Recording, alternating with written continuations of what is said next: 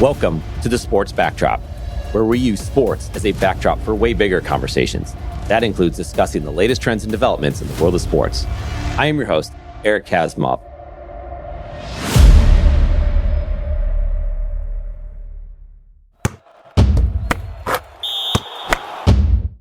I brought up Woody Hayes. I brought up Ohio State. Ohio State's referenced a lot. Like I said before, you're coming with an article about it. Ohio State's important to many people. It's a huge university. And I just saw the number, the amount of fans Ohio State football has, Ohio State sports. And I don't know if I'm getting the numbers right. I think it was like 11 million. And I think the next team was 7 million. I don't know where they gathered this data, right? They didn't ask you, they didn't ask me. This kind of stuff. There's a legacy to it. There's a history to it. It's not the only university. I'm not saying Ohio State's by itself. There's plenty of, it could be a small school with 1,000 kids. It's not the point. Point is, individually, for you and for other people like you, Ohio State became this place that was very important, right? And became important to your kids and your grandkids and future grandkids' lives. Obviously, you met your significant other there, and a lot of things took place after that. But anyway, I'm kind of going down this path. But Ohio State, but for Ohio State, why Ohio State? The whole thing, you see where I'm getting at. Absolutely. But for Ohio State, it takes you back on this trail where if you had turned one way or the other, there wouldn't have been an Ohio State. But for Ohio State, we have all these meandering people that have evolved to the Buckeye 11. That's our family. And it wouldn't have happened had Mom not gone to Ohio State, if I had gone somewhere else. And then once we met, we went on this journey.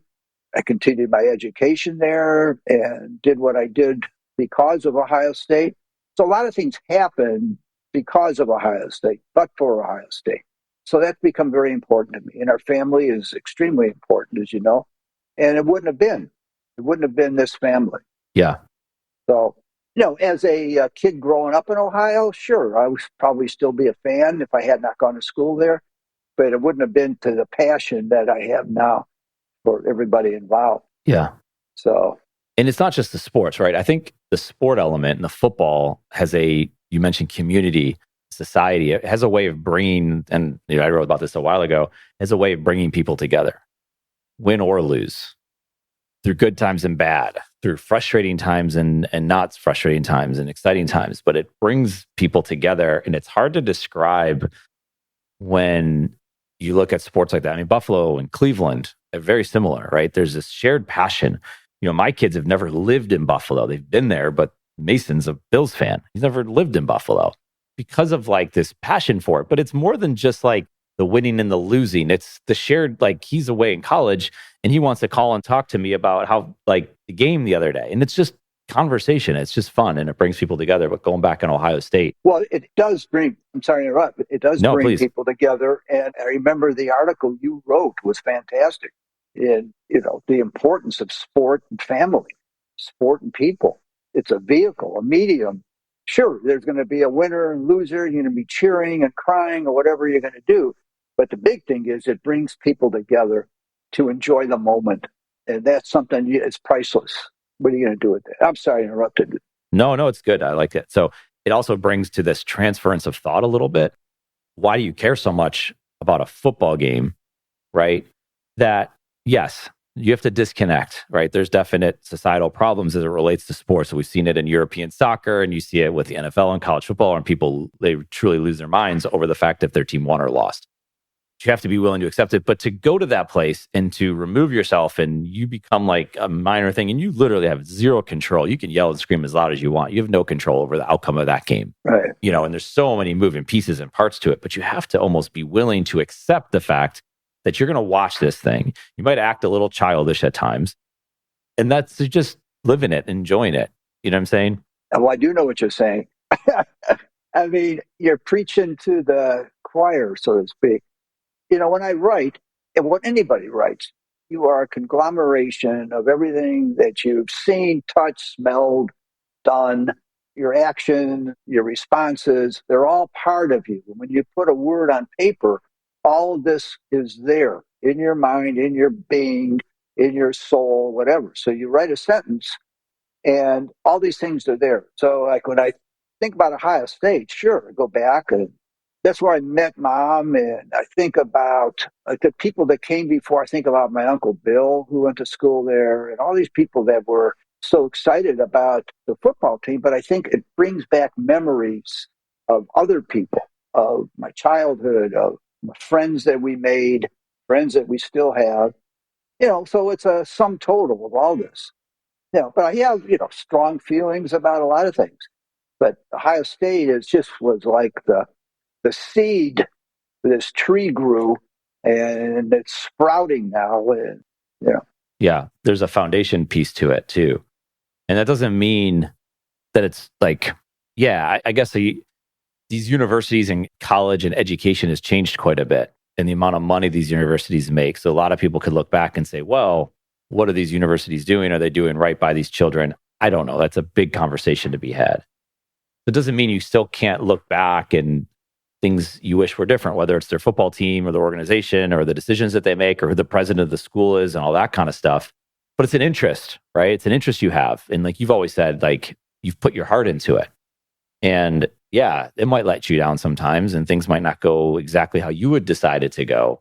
But you're part of something, I think maybe this is really big. I mean, university is huge, but you're part of something that's bigger than you as well. Even though it started your path, this foundation of like meeting who you met and all that, right? Oh, absolutely. It started that, but in essence, once it started, there were roots that were being grown even before that started. So, I've always said that, talking about passion, if you can't be passionate about something, then there's something wrong with you. I don't care if it's a football game or your kids or your grandkids or just passionate about getting up every day, then you lost something. There's something that's missing in your life if you can't get passionate about something. So passionate about football game is easy because you're cheering for a certain team. We want them to win and all this stuff. But it's passion that's created for something else, something greater. And I think that greater essence is family, friends, receptive to all this other stuff that takes place afterwards. So I'm passionate about where it started, but I'm passionate about where it's going right now. Passionate about you, about the kids, the grandkids, and everything else. Yeah. Going forward. We'd always say, get excited. Get excited about something. Get excited. Yeah. Yeah. Get excited. Yeah. I know people that don't get excited. They just go day to day, glumly, call it glum. And, they do their job, they do this, they do that, but they don't have passion. Or they don't have as much passion as I would like to see them. But that's crazy, just passionate person. But that doesn't mean that someone can't find passion and get excited. And maybe it is about getting excited about the next book you're going to read or the book you are reading or the movie that you're going to see. But I think what you're also saying is it applies if you can have passion towards, say, something as minor, as insignificant in some ways, and that's why it is significant as a sports team, let's just say, if that's your interest, possibly could bleed itself into being passionate about something else, something that maybe does matter. Like you said, your kids or your work or the music that you're writing or who knows what it is. Well, get passionate about the sky, looking at the sky. It changes every day. Passionate about flowers, passionate about creatures big and small, the awe of everything, the awe of life. Passion and inspiration. Inspiration's sort of an offshoot of that, to be inspired. I don't know what comes first, if you're inspired or you're inspired to be passionate or your passion creates inspiration. They go hand in hand. Right. So. Thinking about inspiration.